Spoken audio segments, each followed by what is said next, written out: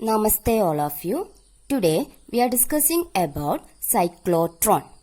It is actually a device which was invented by E.O. Lawrence and M.S. Livingston in 1934 to investigate nuclear structure.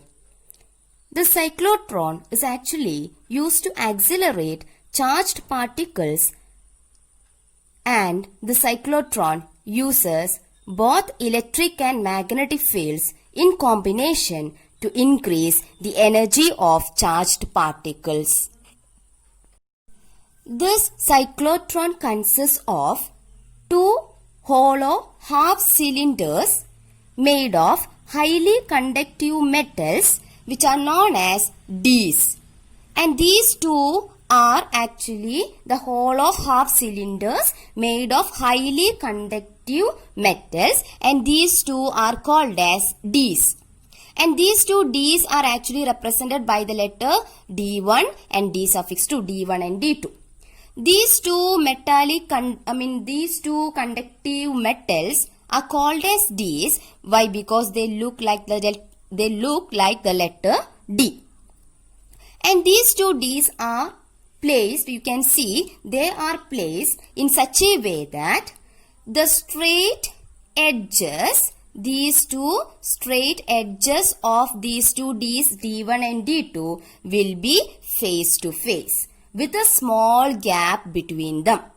These two Ds are placed in such a way that their straight edges are face to face or parallel or face to face, and there is a small gap between them. Now, these two Ds, D1 and D2, are connected to two terminals of an alternating voltage source, that is an oscillator. So, this oscillator, the two Ds are connected to an oscillator here. This oscillator is actually an alternating voltage source which could help in changing polarity. That means, for example, D1, I'm just assuming D1 has a positive polarity initially and D2 has a negative polarity. Then after some time, this oscillator, which is an alternating voltage source. So this oscillator, after some time, this oscillator will change the polarities of D1 and D2. Okay, first I have taken the polarity of D1 as positive and D2 as negative. So after some time, the oscillator will change the polarity of D1 and D2, like it will change the polarity of D1 from positive to negative. Then it will change the polarity of D2 from negative to positive. So these two Ds are connected to an oscillator here. It will change the polarity of D1 and D2. So initially, if D1 has positive polarity and D2 has negative polarity, that would create an electric field in between these two Ds. If this has positive polarity and this has negative polarity, there will be an electric field in between these two Ds in this direction. This will be the direction of electric field here, because electric field is directed from the positive to the negative. After some time, it changes the polarity of D1 to negative and D2 to positive. So that time the direction of electric field also changes, because electric field is directed from the positive to the negative. So now the electric field will be directed from the positive to negative. That is, this will be the direction of electric field in such a situation. Now, these two Ds, D1 and D2, are kept in a magnetic field. So here, some magnetic field is provided here. So I'm considering it will be provided by using some electromagnets or something else. Okay, magnetic field is provided here, and I'm considering this as the north of that magnet or the magnetic field, and I'm considering this as the south of that magnet. So the magnetic field will be directed from the positive to from the north to the south. So there will be a magnetic field in this direction. Right, there will be a magnetic field from the north to the south. So there will be a magnetic field in this direction. So here we have an electric field. I have considered this one has the positive polarity and this one has the negative polarity now. Okay, so there is an electric field from the positive to the negative in this direction. Then I have considered these two Ds are kept in a magnetic field. And I have considered the direction of that magnetic field as in this direction. From the north to the south in this direction. Okay, so here you can see this magnetic field vector B, which is in this direction, is perpendicular to the direction of electric field. Okay, the magnetic field is along like this, it is in this direction, and the electric field is in this direction. So both the electric field and the magnetic field, they are perpendicular to each other. And this entire arrangement will be sealed in a vacuum box to minimize the collision between ions or the charged particles and the air molecules. Now, I am considering this D1 has a positive polarity and this D2 has a negative polarity. And there is an electric field between this D1 and D2, that is from the positive to the negative. So, that electric field will be having this direction, which is marked with the vector E. Okay, now when we place a positively charged particle, which may be a proton, okay, any positively or any charged particle or an ion. Okay, I am placing one positively charged particle somewhere here. So, it is now in the presence of an electric field here. As well as there is a magnetic field vector B in this direction. Okay, so now I have placed a positively charged particle. I considered a positively charged particle, that's all. So, I have placed a positively charged particle, okay, somewhere here in between the two, in the gap between the two D's, D1 and D2. Now, this charged particle, I am considering this as a positively charged particle plus Q. Okay, now this charged particle, it is actually in the presence of an electric field as well as in the presence of a magnetic field. So, we know that when a charged particle is placed in an electric field, what happens? There will be a force acting on that charged particle now. There will be an electric force acting on that charged particle. Okay, so I am considering that electric force. What will be the electric force acting on the charged particle? Vector F is equal to Q into vector E. This charged particle Q, when it is placed in this gap between D1 and D2, so it is in the presence of an electric field here. So that electric field will experience some force. This charge will experience now some force on it, which is an electric force. Vector F is equal to Q into vector E. Okay, here both the vector F, electric force, and the electric field vector E will be having the same direction. So, because of this force, this charged particle, it was kept initially somewhere here. So, its initial velocity is 0. Okay, but since it is kept in an external magnetic field here, that will, this charge will experience some electric force on it, and that electric force is vector F equal to Q into vector E. Okay, so because of this force, this charged particle gets some acceleration. Okay, so I am considering the acceleration of that charged particle because of this force as vector A. Then we can write the force like this too, no? M into vector A. We have already studied about this expression for the force, M into vector A, which is equal to, here the force is Q into vector E. Okay, from this expression, I can write the acceleration of that charged particle vector A as Q into vector E divided by M. Okay, so the acceleration of that charged particle will be equal to Q into vector E divided by M. So, because of this acceleration, the speed of the particle increases. Initially, the charged particle kept here. Okay, initial velocity is 0. But since it is kept in an external electric field, there is an electric force acting on this charged particle. Because of that force, it is getting some acceleration, and that acceleration is equal to Q into vector E divided by M. And because of this acceleration, a particle is getting accelerated means what? Acceleration means change in velocity. So, it is getting some acceleration means it was initially in a state of rest. Now, it is accelerated. That means its velocity increases.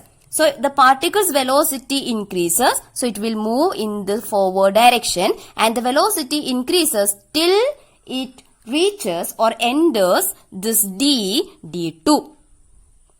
Okay, particle's velocity, because it is getting some acceleration, it is getting accelerated. Accelerated means change in velocity. So its velocity, the particle's velocity increases. It will move in the forward direction like this, and its velocity increases till it enters this D, which is D2.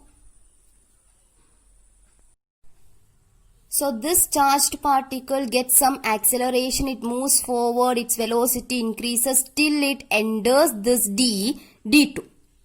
Since these D1 and D2 are semicircular discs like metal containers, we have already studied that inside a metal conductor the electric field will be 0.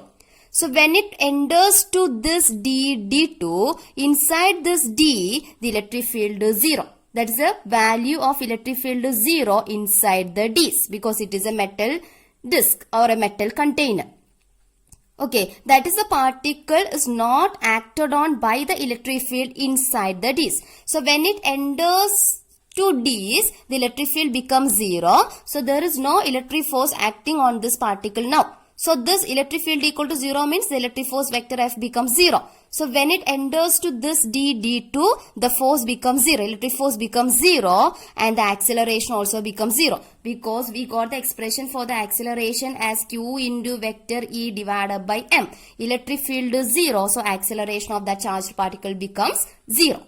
Acceleration of that charged particle becomes 0 means what? Acceleration equal to 0 means there is no change in velocity. So now it has some velocity. I am considering now its velocity as V when it enters to this D2. Okay, when it enters to this D2, electric field is 0, then acceleration becomes 0.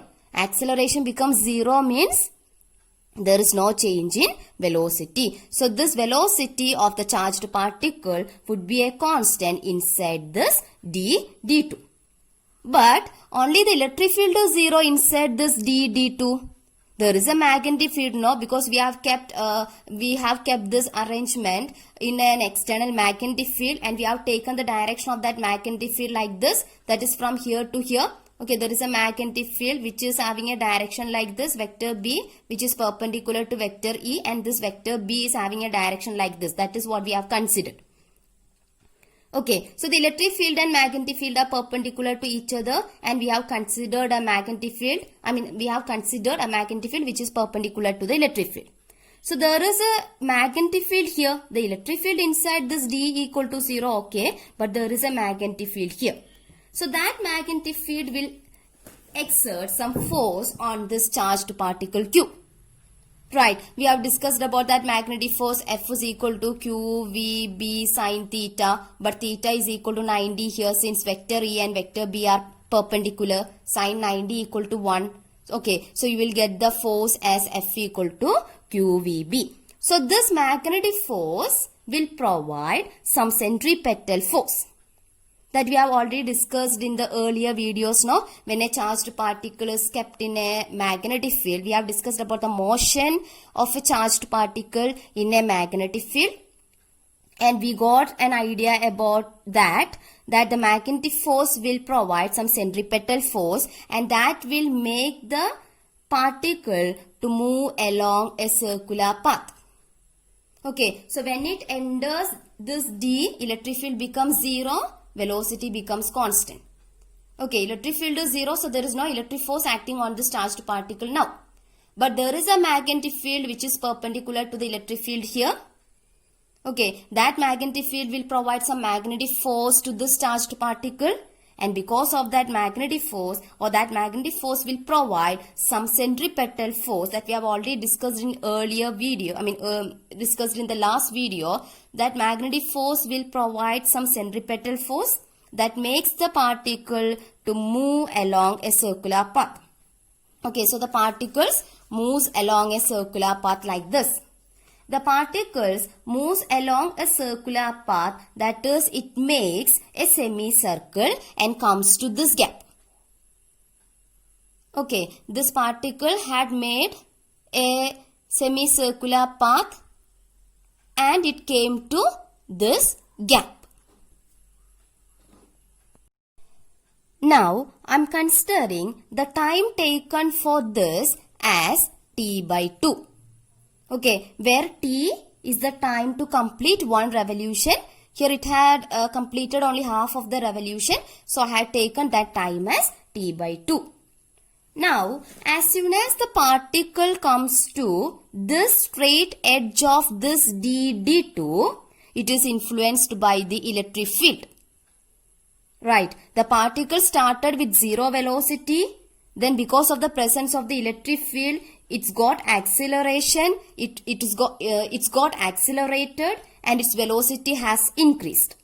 And the particle attained a particular velocity vector v, and that became a constant in the d. Okay, now when it comes out of this d2, it is again influenced by the electric field. We have an oscillator here now which is connected to the 2D. This oscillator changes the polarity now.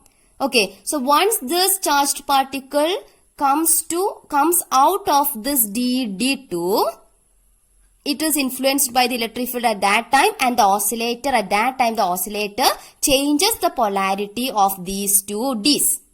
Okay, when it comes out of this d2, the oscillator changes the polarity of d1 to negative and changes the polarity of d2 to positive.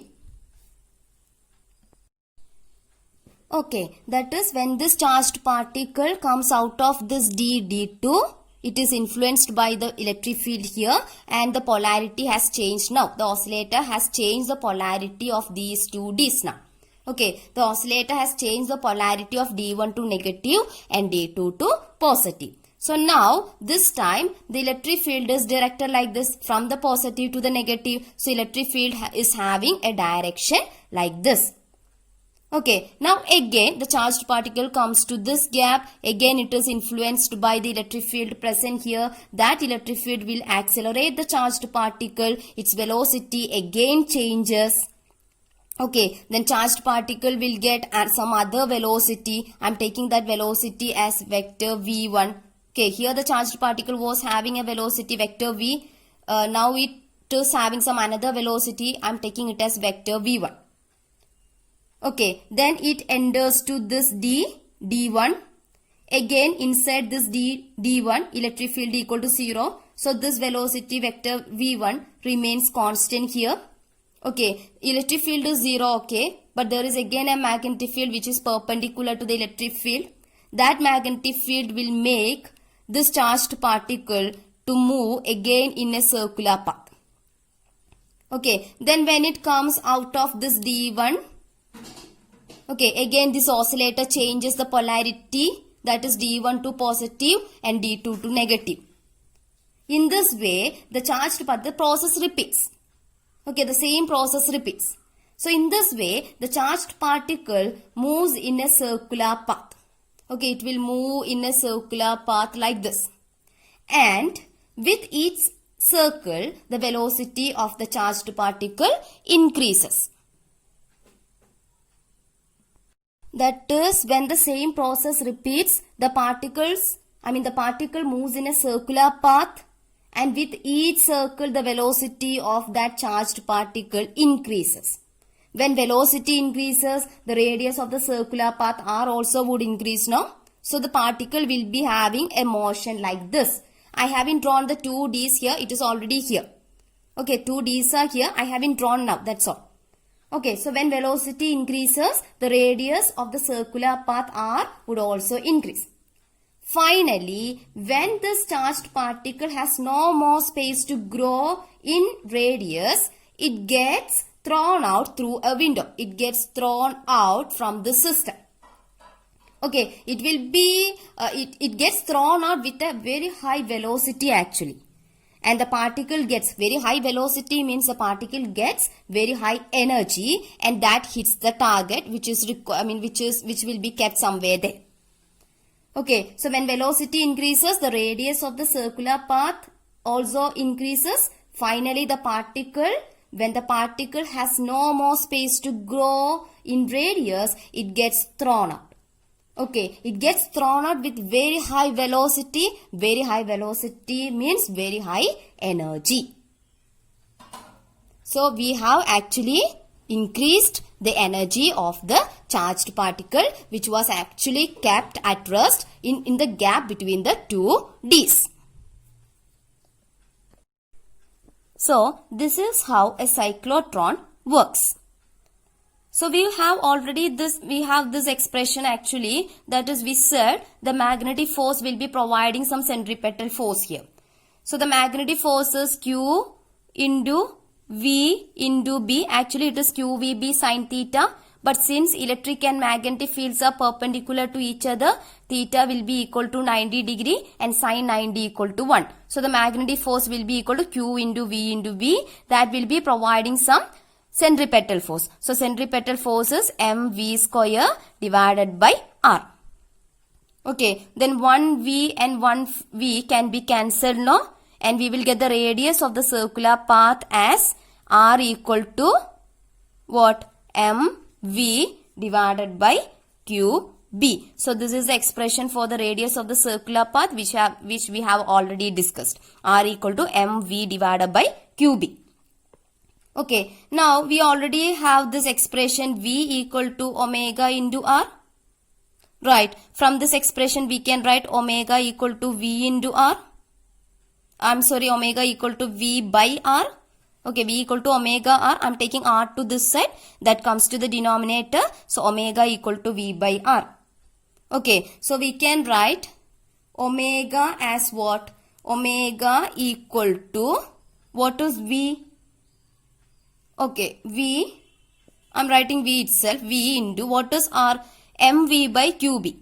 So V by R, that is V divided by mv by qb, so multiplication with reciprocal. So we can write qb by m into V here. Okay, so this V and this V get cancelled.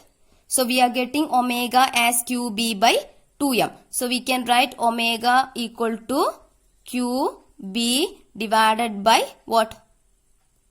M, not 2m, m. Omega equal to qb by m. So we got the expression for omega which is equal to qb by m.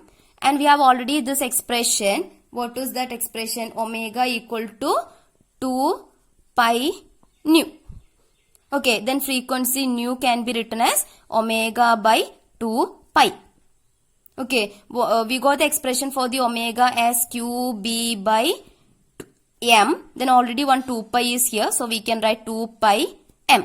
So we are getting the frequency as nu is equal to qb by 2 pi m. And this frequency, it is actually called as cyclotron frequency. And it is actually represented by nu suffix c. Cyclotron frequency qb by 2 pi m. Now, I am considering the frequency of the applied voltage as nu A. This frequency is actually adjusted so that the polarity of the Ds is reversed in the same time that it takes the charged particles or ions to complete 1/2 of the revolution. Okay, that is nu A. It is a frequency of the applied voltage. It is adjusted in such a way that the polarities of the Ds change once the charged particle completed 1/2 of the revolution.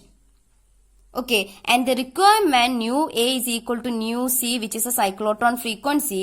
This is actually called as resonance condition. Okay, this requirement nu A equal to nu C, where nu A is the frequency of the applied voltage and nu C, it is the frequency of the cyclotron or cyclotron frequency.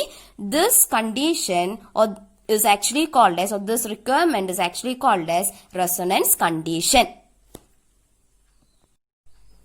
Now we have this expression R equal to mv by qb, where R is the radius of that circular path, m is the mass of that charged particle, v is the velocity of the charged particle, q is the charge of that particle, and b is the magnetic field. Okay, from this expression, we can write the expression for the velocity or the speed of that charged particle now. That is, I am writing v equal to, I am taking, R is already here, I am taking this qb to this side, that comes to the numerator. So R into q into b divided by m. Okay, or qb r by m. Now, I'm writing it as V equal to Q into B into, instead of the small letter r, I'm writing it as capital R divided by M. So here in the expression for the velocity or the speed of the charged particle, I had replaced that small letter r with the capital letter R, and I got one such expression V equal to QBR divided by M, where this R, capital letter R, is actually the radius of the trajectory at exit. Okay, the particle is actually having a circular motion with increase in radius. Okay, now R is actually the R can, small letter R can be this, small letter R can be this, small letter R can be this, like that. Okay, and capital letter R is actually the radius of the trajectory at exit. Okay, the radius of that trajectory at exit, that is actually called as the, that is actually represented by capital letter R.